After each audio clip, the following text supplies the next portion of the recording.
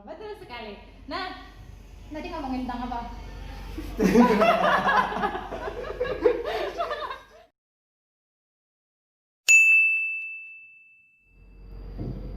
Assalamualaikum warahmatullahi wabarakatuh. Waalaikumsalam warahmatullahi wabarakatuh. Selamat datang di podcast Mars Maida di SMA ITL Alda Wonogiri. Pada kesempatan kali ini nanti kita akan membahas sedikit tentang pembelajaran yang efektif di era pandemi sekarang ini. Betul. Tak terasa di Indonesia sudah beberapa bulan ya Ustazah mengalami masa pandemi ini. Untuk membahas lebih lanjut tentang pembelajaran yang efektif, alangkah baiknya kita perkenalan terlebih dahulu oleh narasumber kita yang luar biasa satu kali ini. Oh iya, terima kasih. Oh ya, sebelumnya Saya akan memperkenalkan diri saya. Saya adalah Pendi Setiawan selaku kurikulum di SMA ITL Alda Wonogiri, dan Bosnya saya diamanai juga sebagai guru biologi di SMA ITL Alda Wonogiri. Oke, kita akan membahas atau saya dulu mengerti. perkenalan. Oke. Oh, ya, saya dulu perkenalan ya. Perkenalan. Ya, perkenalkan, nama saya Syarifah Nurul Aini, di SMA IT mengajar KJS IT, kemudian di Bina Pribadi Islami, satu lagi di Luar Guru biasa, Quran. banyak sekali beliau ini mengampu di berbagai macam mata pelajaran.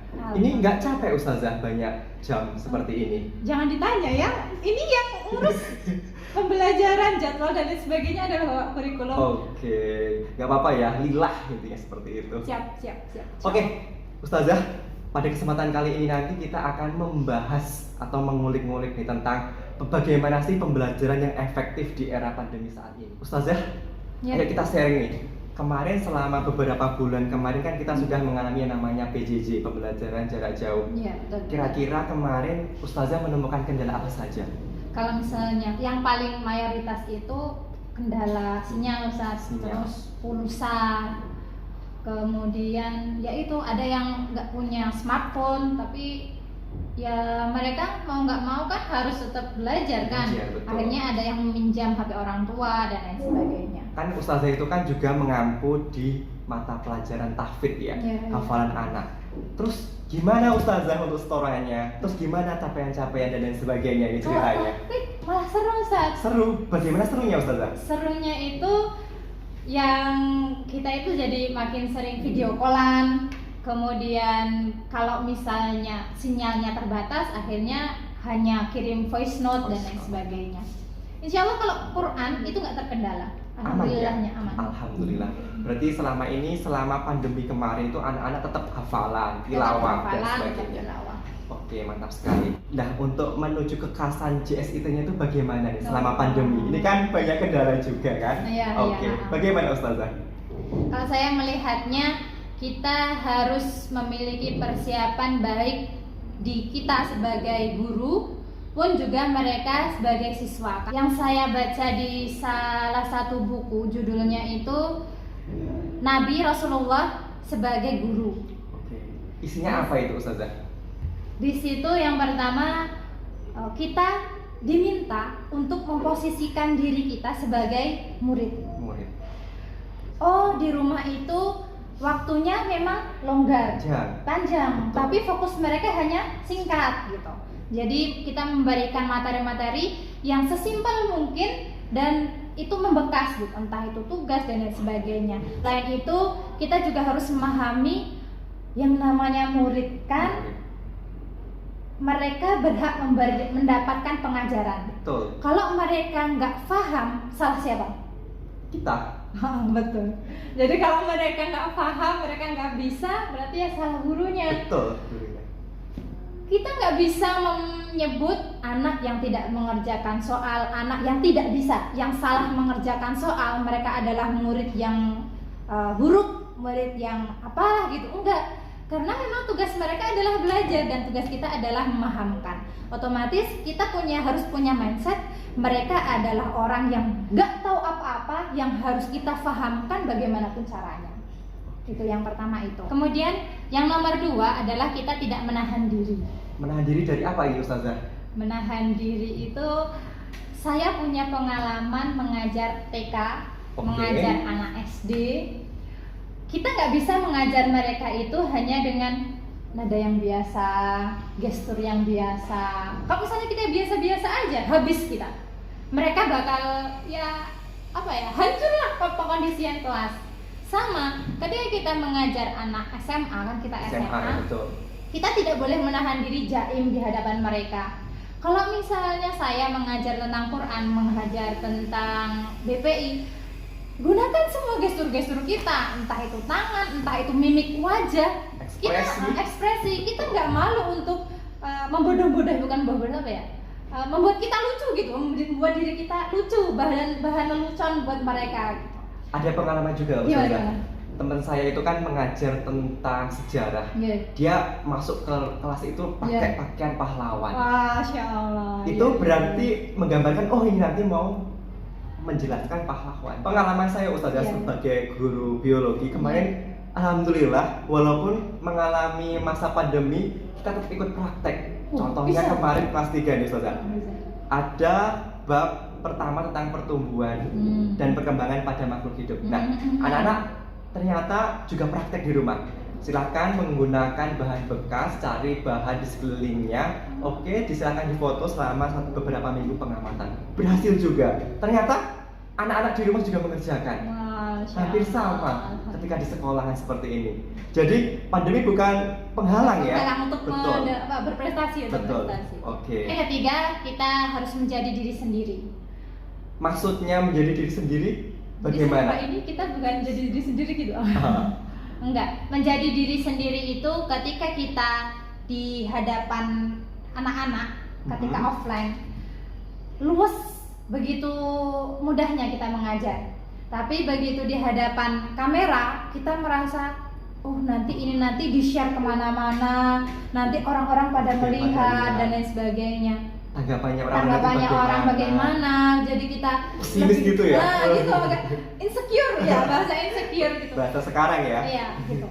Nggak masalah, nggak apa-apa gitu. Ya namanya juga dalam hal pembelajaran, salah itu nggak masalah. Kalau misalnya nggak salah, malah kita tidak bisa melangkah ke depan gitu. Kita nggak bisa melangkah ke depan. Juga kalau misalnya di sekolah kita bisa care ke anak-anak, di dunia nyata kita bisa care, di dunia maya kita juga bisa care ke mereka, memperhatikan postingan mereka yang menginspirasi, kita like, kita mereka ngapa-ngapain gitu di dunia maya, kita kasih komentar yang positif, kan menunjukkan oh ustadz dan ustadzah baik di dunia maya pun juga perhatian sama kita. Seperti itu. Oke nih Ustazah, tadi kan Ustazah menyampaikan ada 4. Yang terakhir apa nih Ustazah? Jadi yang keempat adalah kita harus seimbang dalam hal peran. Dalam hal? Peran. Maksudnya? Peran kita sebagai guru kan memiliki wewenang. Dalam hal? Dalam hal memberikan tugas, mendisiplinkan mereka, mengingatkan mereka ketika salah gitu. Tapi wewenang yang kita miliki harus kita seimbangkan dengan peran kita sebagai sahabat mereka, sebagai teman mereka. Jadi kita berperan sebagai sahabatnya mereka nih. Kita ada 2 peran, guru dan juga teman.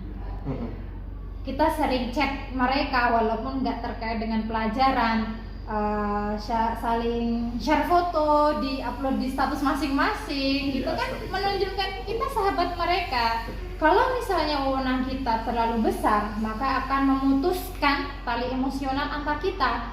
Bagaimana kita bisa menasihati mereka, bagaimana mereka bisa menerima apa yang kita sampaikan kalau sudah ada penghalang di antara kita dengan mereka. Gak hanya ilmu, nasihat biasa aja, kalau bisa bayangkan, wewenang kita terlalu besar. Melihat ustadz itu aja udah takut gitu. Jadi ya itu. Yang pertama, tidak boleh terlalu banyak wewenangnya. Kemudian kita juga nggak boleh terlalu care ke mereka. Kita nggak boleh terlalu akrab kepada mereka. Karena apa? Kalau misalnya kita terlalu akrab, tujuan pembelajaran nggak akan tersampaikan. Karena mereka asik aja ngobrol di kelas. Ustazah minta ini, oh iya gitu. Ustazah minta ini, oh iya gitu.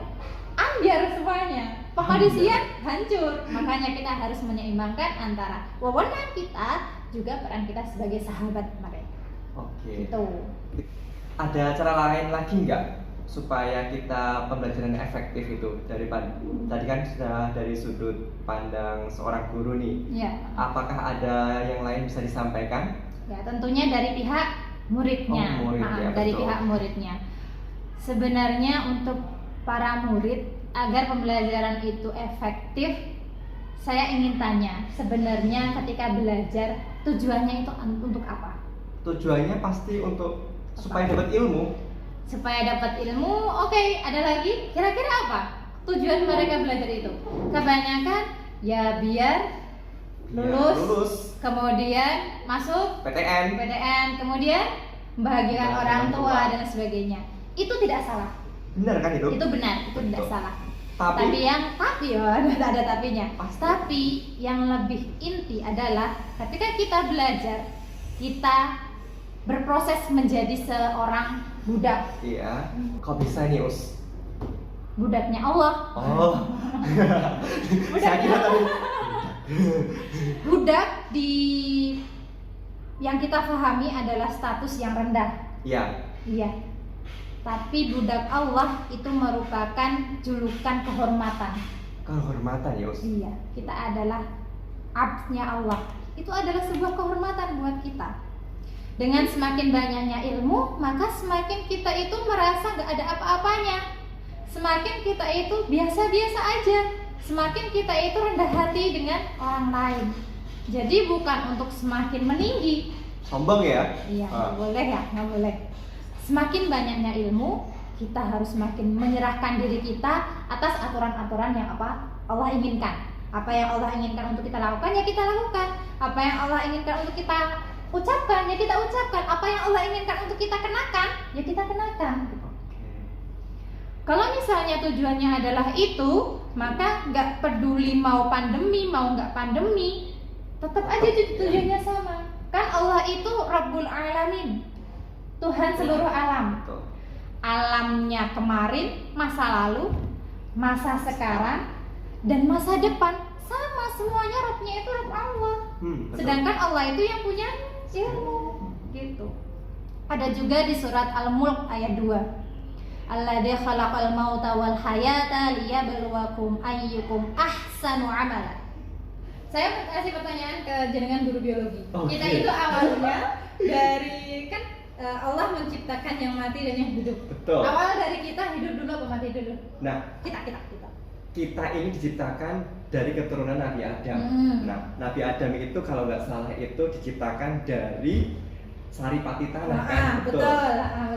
Berarti Iya. otomatis kita ini kan hasil keturunan dari Nabi Adam. Betul. Otomatis kita ini berasal dari sel telur sama sel sperma yang berhasil menjadi satu melalui fertilisasi lah, seperti itu.